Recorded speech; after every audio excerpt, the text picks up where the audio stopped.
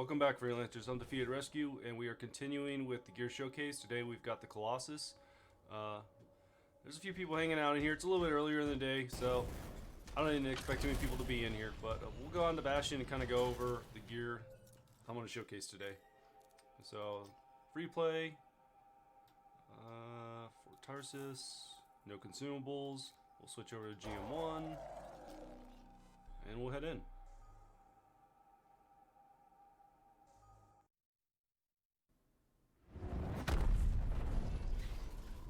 You look ready. I'll begin a search against the incoming comm traffic for unusual activity. Sounds good. Alright. Let's do a little bit of warm up. Make sure everything feels good.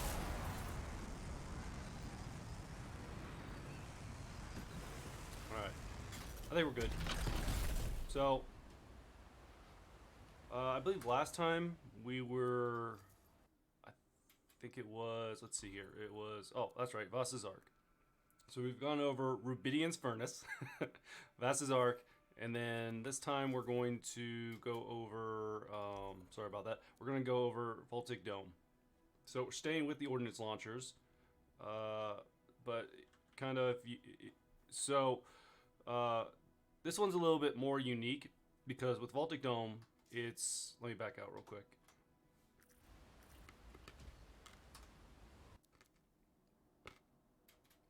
Okay, so with Voltaic Dome, it's an upgraded shock coil.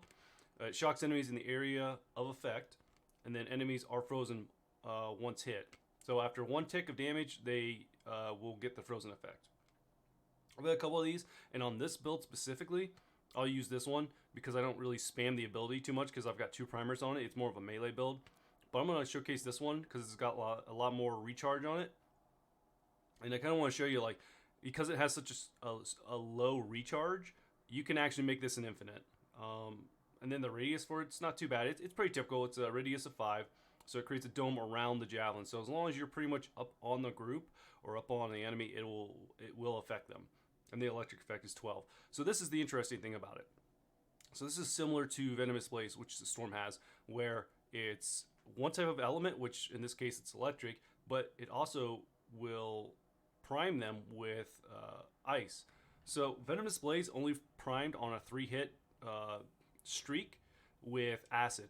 This one, because it is a primer and it has electric effect, it will prime with electric, but it will also prime with ice.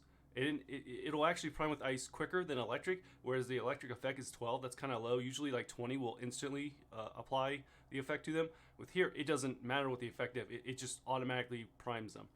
However, this is all going to be taken with a grain of salt because if they are resistant to ice or electric, it will not prime them.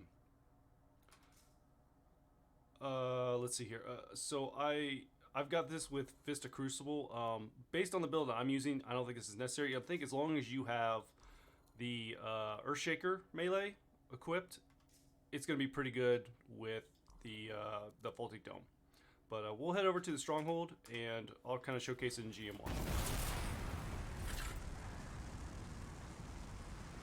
Doesn't look like there's too many people in this lobby, so that's not bad. I've got a distress call from a Strider. The signal is weak. Hard to... Alright. East Strider.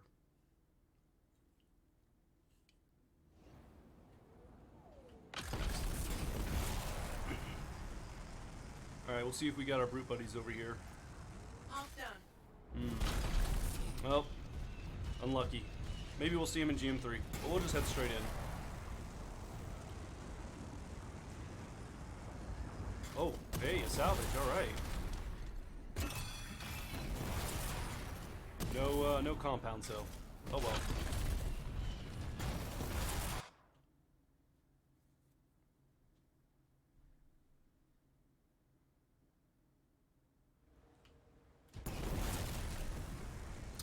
Okay, lots of minerals. Got a couple shock dogs. And another salvage. Alright. Grab that salvage real quick, and then we'll kind of wait over here for them to spawn in and talk about it. Oh, they got me. Okay, so. Okay, I just want to make sure my bindings were still the same. All right, so while they're spawning in, we'll kind of talk about this.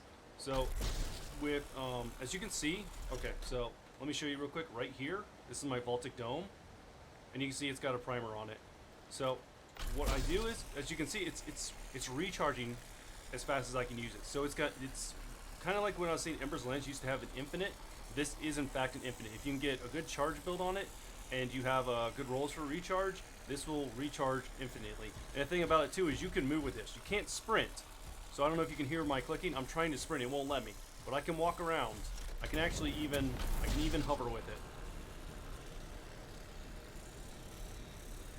So we're going to go down here. Here's what my expectations are going into it. This is GM1. So I'm expecting this one to freeze them and pretty much kill them instantly, because it does do pretty good damage. Let's see if I can get in here real quick.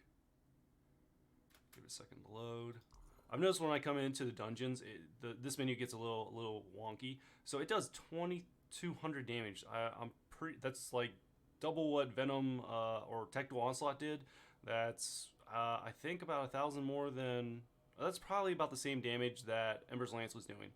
But Ember's Lance at GM1 was taking them down pretty easily too. So I expect this to take them down really quickly. But I also expect to see the freezing effect. Maybe not the lightning effect. So yeah. So you could, right before they go down, you can see, and then you can get a group of these guys too. So instantly froze them. And it took about a third to almost a half of their health.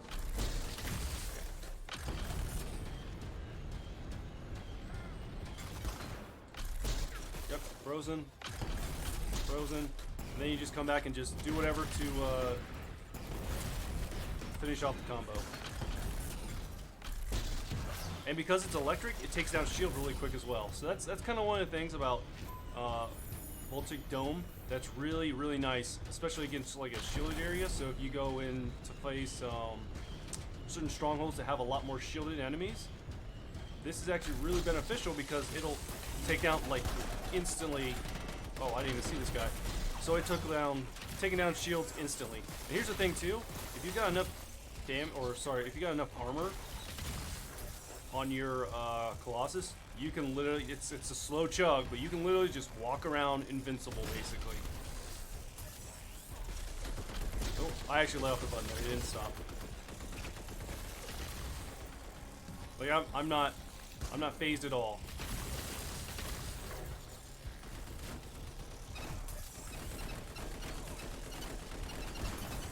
So, right here, I'll stop and kind of. So here's the thing too: if you put up your shield. So with Vasa's art, you could put the shield up and just kind of let it operate. You cannot do that here. If you're using this and you try to put your shield up, it'll cancel out and it'll put the shield back up. So this doesn't have the same luxuries that Vasa's Arts did, where you can put your shield up and let your shield tank some of the damage, and then I'm not ready for them yet. I kind of want to find the armored enemies. Oh, so there's the armored enemies. I think the Ranger detonated that combo. But as you can see with them, it freezes them instantly as well. And unfortunately, these enemies are not tanky enough to get the electric effect. We're probably not going to see that here. We'll probably see that in GM3. We'll definitely see it in GM3. Man, did I wipe them all already? Alright. Well, I mean, it's GM1, so.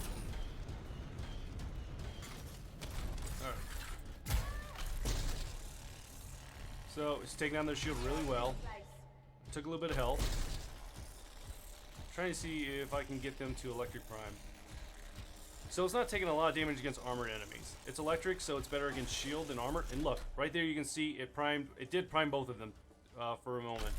And then we can kind of get the electric back on them every once in a while. But like once you freeze them, you can just hold them here.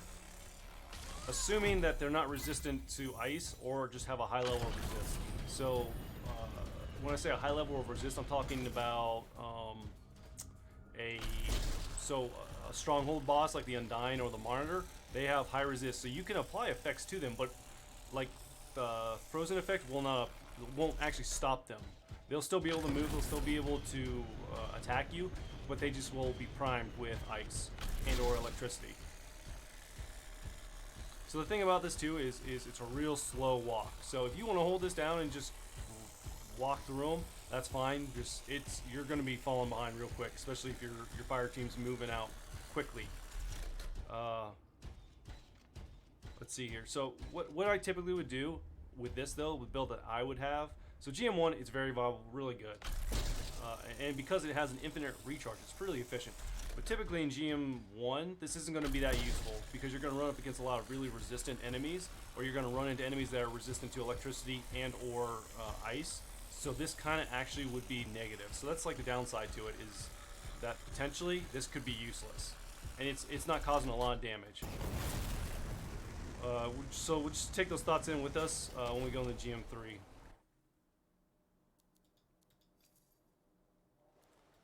We'll exit out.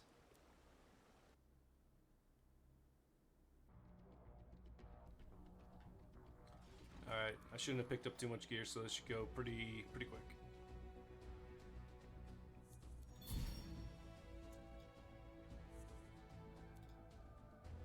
Yeah. Nice. Oh.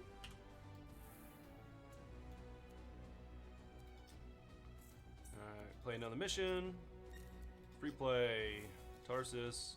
No consumables. We'll switch over to GM3. We get the good laugh and head in.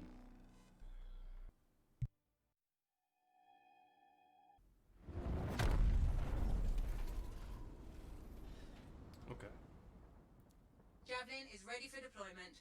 I'll start a search for abnormal activity in the area, shall I? Sounds good. Alright, cool. So I had to reload this mission a couple times actually, because there were some players in that stronghold, or sorry, I keep saying stronghold, in that dungeon, and they were farming it. So I kind of tried to reload the mission to go to a different server, and unfortunately, it just kept putting me in the same one over and over and over. So we'll head over right now and see what it is. But if I keep having this issue where people keep going to this one, then I'll just go to, there's a couple other ones I can go to. We'll head over.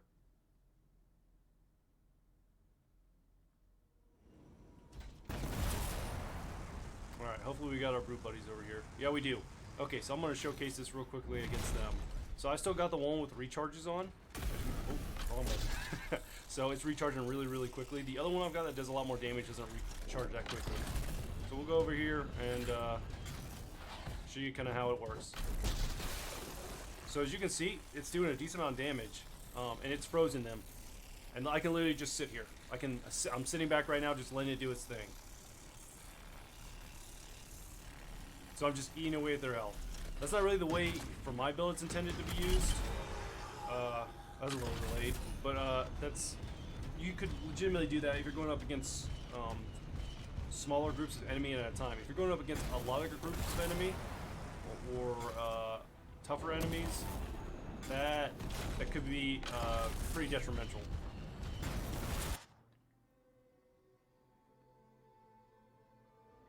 Alright, see if we can see if we can find a salvage part down here at the end of the, or right before we go into the dungeon. It doesn't look like it. No salvage. Oh, okay. Alright, so it's being GM3. We've done this a few times with the Colossus. We know that this is probably not going to put him down based on what we saw with the brutes.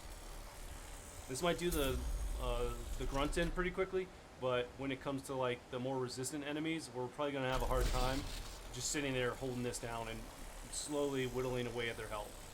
It's a good option for handling with crowds. If you're just getting overwhelmed, you can just freeze a bunch of them, and then that way you can deal with them however you need to kind of manage group control or basically manage how to control the groups so you're not overwhelmed.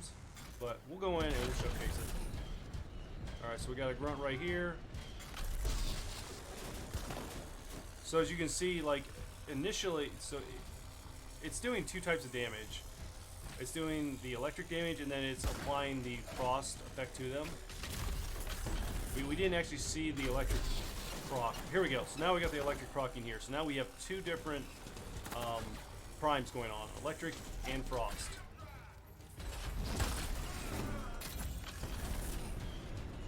So that's good. I was glad we could show that off. Let's see how it does against shields. Oh, wrong one. Okay. So it's electric, so it's going to take down shields really, really well. The funny thing is, I don't think it's primed them yet, which is unusual. Okay, it like just primed them right at the last second. They're already dead.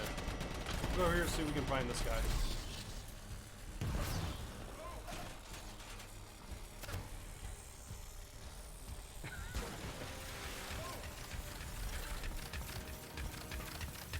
So I bet you I won't be able to do anything with this storm up here. We'll go ahead and do some crowd control, take care of these guys real quick, and then we'll go with this storm, because if you notice, this storm is an ice storm and they have a shield.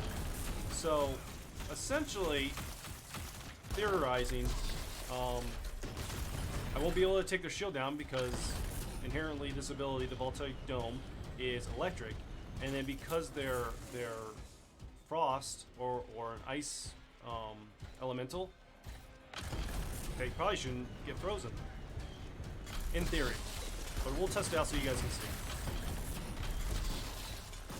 And this is where you want to be careful with. If you can tell, those guys that like just came up, they've just spawned in.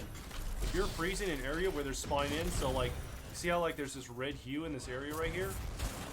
They are spawning here. So if I go down here, I will freeze. You'll see a bunch of zeros. It looks like they've all spawned in. I know they're just spawning the other side, but if you're here, you see these zeros? I gotta kill this guy real quick. He's being annoying. If you ever see zeros though, those zeros indicate that you're freezing enemies, which means they will not spawn in, and you cannot do damage to them until they've unfrozen. That's why I like having the fire as well. Let's see how this does against armored. So it's whittling away with them almost the same as it did with the brutes. Not doing a lot of damage, but it's doing good damage, and it is priming them. So, prime. And that's kind of like the main purpose of this. This similar to Tactical Onslaught for the Ranger, isn't intended for DPS. It can. I mean, if you get a good enough roll on one of these, you can definitely get some DPS out of it.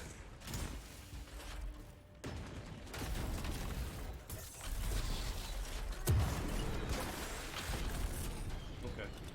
Let's back out a little bit. See where everyone is. Okay, here we go. We'll take this guy out real quick.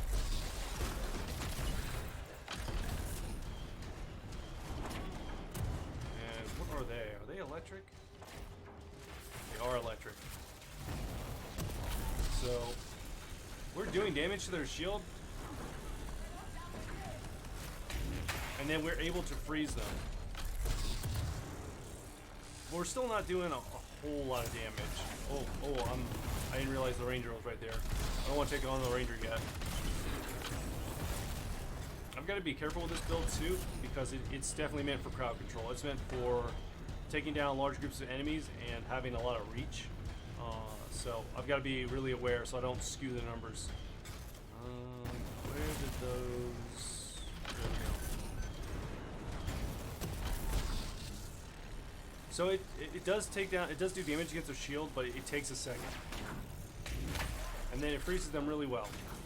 We'll let them unfreeze so I can show you. It'll actually freeze them while they're in the air too. Alright. Let's get their shield down again.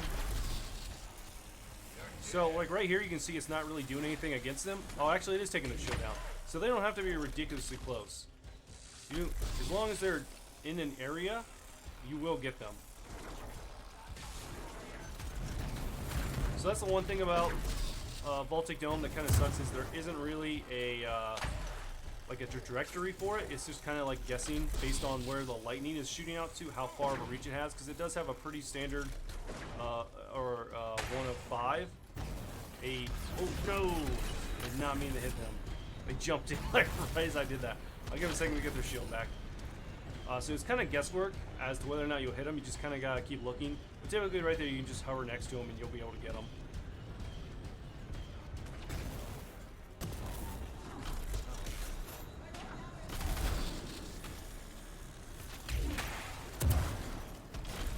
So pretty effective against the storms and their shields as well. There we go. Okay. I'm overheated right now, so I'll come down here and then I'll kind of wait for this javelin, the ranger, to get their health back. So the main reason I like coming in here too is because with the Scar, you typically go up against Enforcers or their versions of Colossus javelins. And the problem with that is they have a shield out, and their shield is very tanky. It's not like mine where the javelin can whittle away at the shield of it, or the health of the shield, and it'll eventually just go away. Theirs is just always out, and it never seems to... Wow, you really whiffed there. It never seems to run out. So it's hard unless you're like bouncing around to really hit them. But like you can see, if they hit me one more time, my shield's down. If they hit me. Here we go. Nice. That was just fire, so I didn't do anything to my shield. There we go. So now my shield's down. So I have to wait for it to recharge before I can really use it again.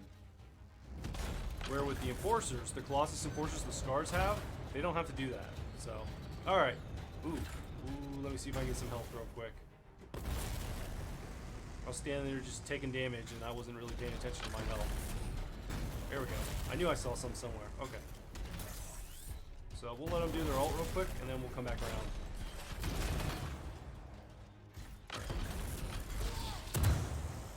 So it's doing about the same to their shield. It looks like it's doing damage to their armor as well, though. I'm gonna have to...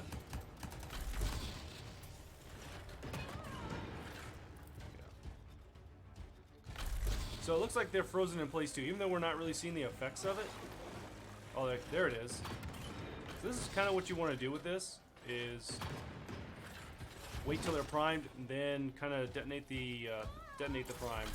Ooh, that was close. But you really, as you can tell, because it does two different versions of, or two primes, you really don't need to have another primer. I like having the other primer because I like to have a lot of options with this build.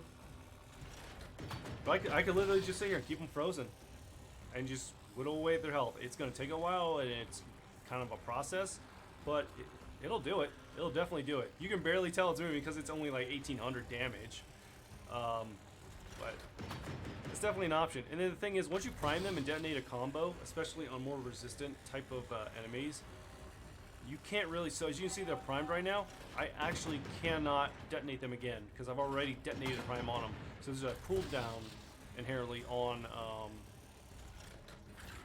the priming and detonating. But there we go. Pretty straightforward. Works really well. So while I get my health back, we'll kind of just go over what it will... Just some talking points. So this build, and the way I'm using it, is my main source of combos, or sorry, detonating a combo is the melee. So I'll use Voltaic Dome to freeze some enemies, and then detonate them. And then I can also, if they're tanky enough, because I've frozen them, I can also apply an electric effect to them as well. So they'll be frozen, and then they just sit here, and they have to wait for a sec. I have to wait for a second, but I'll get electric primer on them, and then I can detonate them again. And it's very rare that you'll have enemies that are both resistant to electric effect and frost.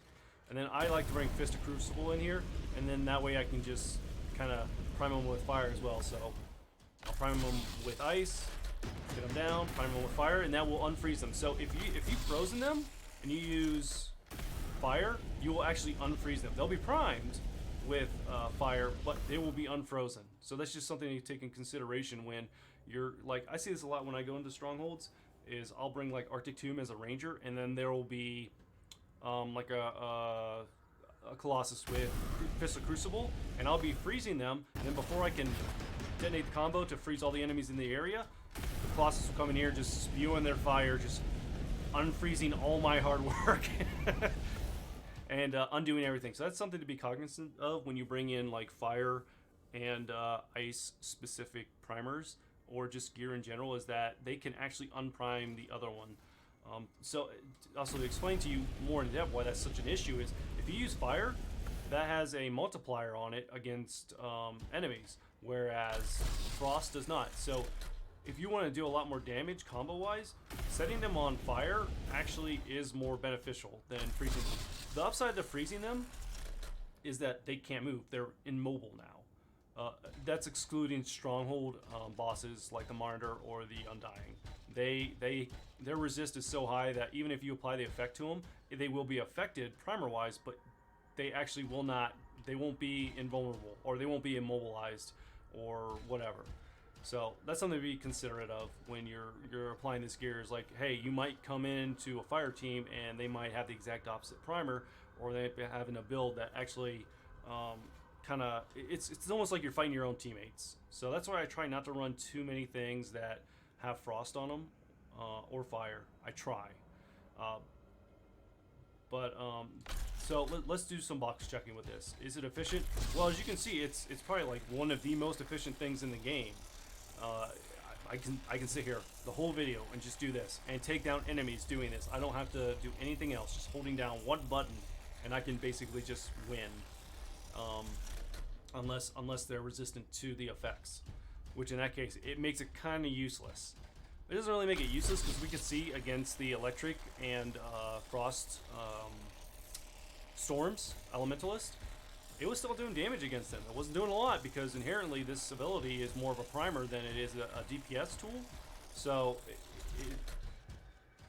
it can do damage against ones that are resistant to it, and I think it's because it's going back and forth. It's confusing the enemy type's resistance, kind of like Steam Vent. So Steam Vent is fire and ice effect. When you use the Steam Vent, it's actually black ice, which is ice, but it combos itself with fire effect. So what that does is it confuses the enemy's resistance because it's dealing with two different separate primering elements. So that's why Steam Vent and I believe this are so powerful on their own. However, Steam Vent does a lot of damage. It does like 3,500 on its own without any rolls, where this one does like just over 2,000. So this one doesn't do a whole lot. Steam Vent technically doesn't do a lot either, but usually you're using Steam Vent the same way you'd use it. Well, the exact opposite, because Steam Vent is typically used as a detonator, but it's efficient. Every GM you're going to be in, it's going to be very efficient, and it gets its charges back pretty quickly. Viability, it's definitely viable. I've used this on several different builds. So back when the game was like 1.1 or whatever, like early stages, this is actually a really good build for dealing with the Heart of Rage. So when you go into that one room in the Heart of Rage where you're waiting for the like anti-air suppressor to basically deactivate, you are in that room with a bunch of Dominion Brutes, which the Dominion Brutes typically are ice-based. Well, so originally they used to have shields, similar to the Storms, which was so painful to deal with. So when you'd go in there, you had to drop all their shields, which back then they used to get their shields back instantly as well. You had to consistently apply DPS to them. So they get shield back right away, and then you'd be just dealing with them again. So just on GM3 alone, that room can be a pain in the butt, especially if your team's not well equipped with it, or somebody doesn't have an alt ready to go for that room. So what this would do, this build specifically I'd used in there, to basically get up by one side of the Groots, I would freeze them, and it would take their shields down pretty quickly too because it's electric damage. And once their shields are down, they'd freeze, and I would just spam this and then let my team like detonate them, and then I'd just start over. So in scenarios like that, it's very usable or very viable. And then is it fun? Well, so it is fun. I think anybody who's witnessing this is gonna be like, oh, that's gonna be so fun, just walking through a hallway of enemies, just freezing them and killing them all, and not having to really like worry about it. The thing is that's the speed you're walking at. You cannot run with this. So with Vasta's Arc, you can set it and kind of run with it. That's where they're different. Vasta's Arc is a little bit more mobile, but because it doesn't have like such a low recharge, it doesn't infinite recharge. But at the same time, like you can move around quickly with that one. It's like this one, you can only hover with it. I cannot fly. If I fly right now, it won't even let me. If I try to fly and I try to use this ability, it's going to stop me. So there's trade-offs between Vasta's Arc and Voltaic Dome. It really, I think, depends on what your build's going to be. You don't have to necessarily use this for a melee build. You can bring anything in here to couple with it as far as gear goes, as long as it detonates. So you can come in here, freeze a group, and then step back and do whatever that detonates. Best defense isn't actually bad with this at all. That's why I think my build used to be doing this to freeze a bunch of shielded brutes and then detonating them with best defense, and I'd get a bunch of health back. I think I'm gonna wrap it up there. I don't think there's much else to say about it. Definitely recommend it. I think no matter. Oh, sorry, I didn't get to it. It's just a thumbs up. Just a thumbs up. Okay, so when it comes into the store, I would say just buy one to get one and kind of play around with it, because they're usually in the store for about a week. So that can give you some time thinking about how you want to use it. Do you want to use it with a higher rate of recharge, or do you want to try and re-roll to get one that has, or buy another one that has a higher rate of DPS? It really just depends on what your build is. But I think you should just buy one, see how it feels, and then from there determine how you feel, if you want to keep spending coin on it, or whether or not you want to invest a specific build around it. Like I said, you need a lot of recharge. You don't need a lot of recharge, but you need a decent amount to keep it going like this, because it does have a recharge of 1, so it does need to out recharge itself. So you need to have over 100% of recharge. On this one, I've got like 50% of gear recharge just on my Voltaic Dome rolls alone. And actually, I think I can switch them real quick and show you the difference between this one and the damage one. So on this one, I've got, it's actually a little bit less. It's 45 on the gear recharge, but it's global too, and that's why I said I like to use it for recharging gear. But this one's got over 250 gear damage, so this one would do a lot more damage. So we have to give it a second to recharge, but once it comes in, okay. So yeah, so we have to wait for it to fully recharge before we can use it. But as you can see, it's going down really quickly. Like that's it, I'm out.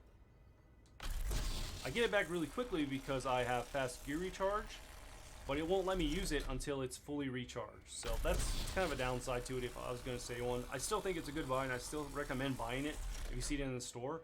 Or if you find one in a Lego drop, it's definitely worth keeping and trying to make a build around. But I'm going to end the video here. I'm Defeated Rescue, and I'll see you guys out in Bastion.